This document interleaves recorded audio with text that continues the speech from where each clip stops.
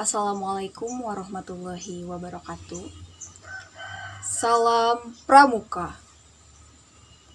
Perkenalkan, nama saya Lisma Wati Dewi dari Prodi PGSD angkatan tahun 2021 dari kelas 1A. Di sini saya akan memaparkan materi tentang gerakan pramuka, yaitu tentang pengertian salam pramuka, fungsi dari salam pramuka, macam-macam dari salam pramuka, sifat-sifat gerakan pramuka, dan tingkatan-tingkatan yang ada di dalam pramuka. Mari kita simak ke materi yang pertama, yaitu salam pramuka. Apa sih itu salam pramuka?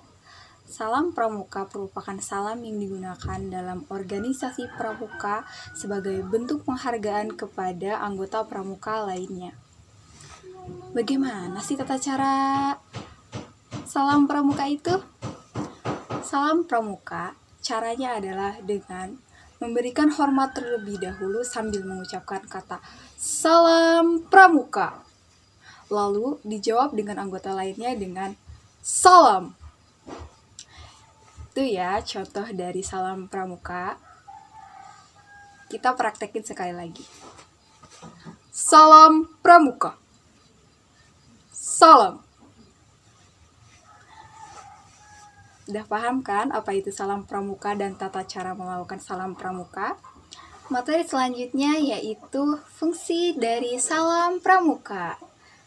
Fungsi dari salam pramuka adalah sebagai bentuk sebuah kedisiplinan dalam organisasi pramuka serta mewujudkan ikatan yang kuat antara satu anggota pramuka dengan anggota yang lainnya. Melalui pemberian salam pramuka ini, sama saja dengan halnya kita telah memberi salam kepada anggota pramuka lainnya, di mana jika kita memberi salam secara ikhlas dan ketulusan, maka akan menciptakan sebuah hubungan yang erat dan sulit untuk dirusak oleh orang lain.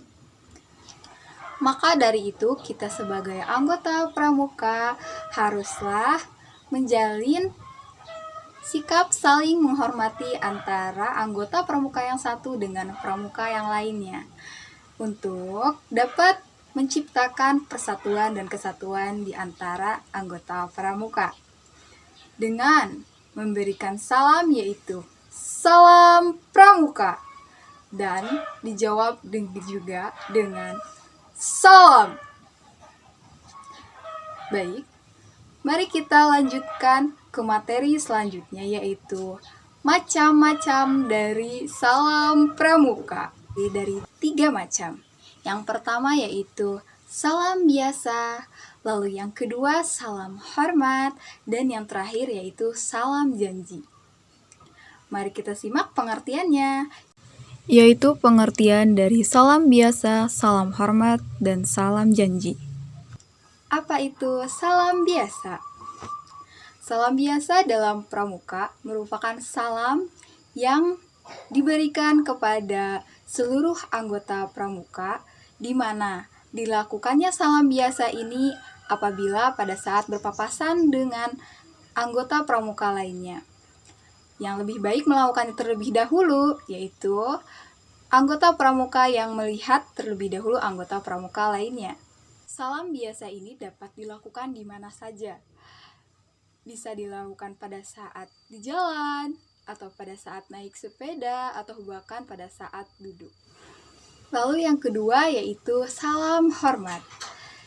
Di mana dilakukannya salam hormat ini yaitu kepada seseorang atau sesuatu hal yang kedudukannya lebih tinggi daripada kita.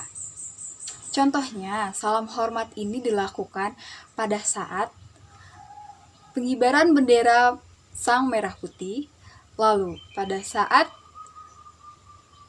jenazah melewati kita melakukan salam hormat, lalu yang ketiga, pada saat bertemu dengan para pejabat, para pemerintah, dan lainnya. Lalu, contoh yang lainnya adalah pada saat menyanyikan lagu Indonesia Raya. Yang ketiga yaitu salam janji.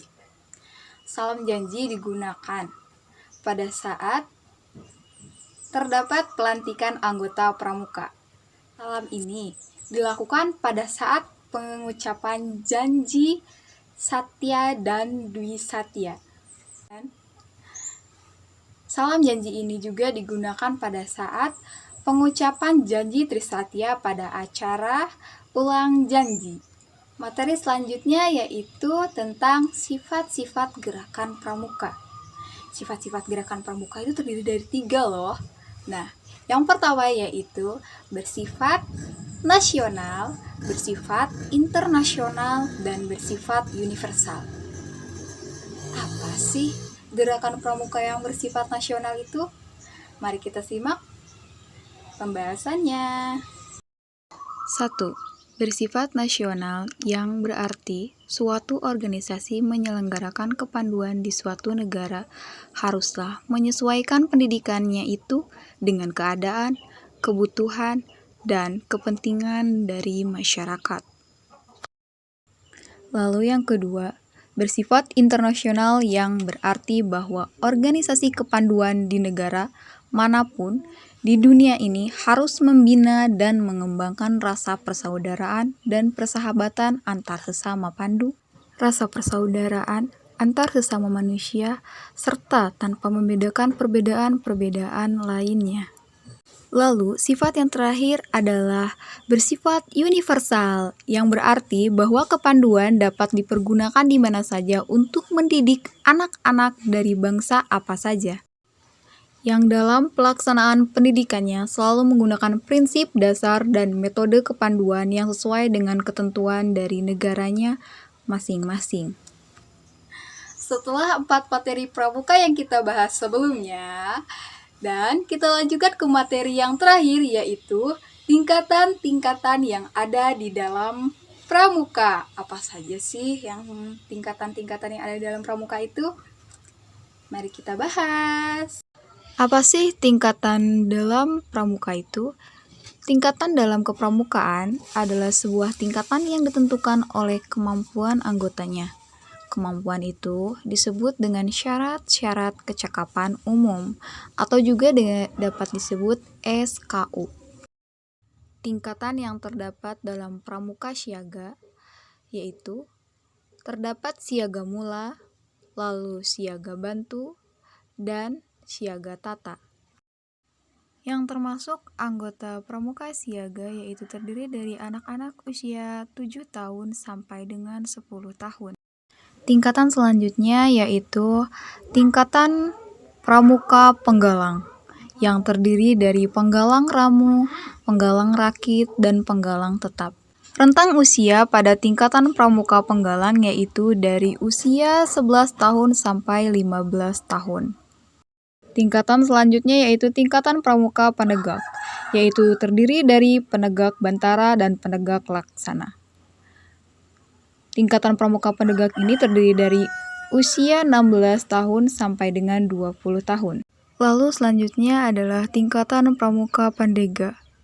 Rentang usia dari tingkatan pramuka pandega yaitu usia 21 tahun sampai 25 tahun.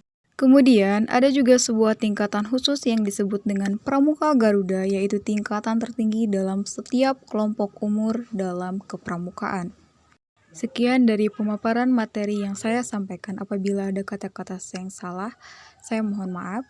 Saya akhiri. Wassalamualaikum warahmatullahi wabarakatuh.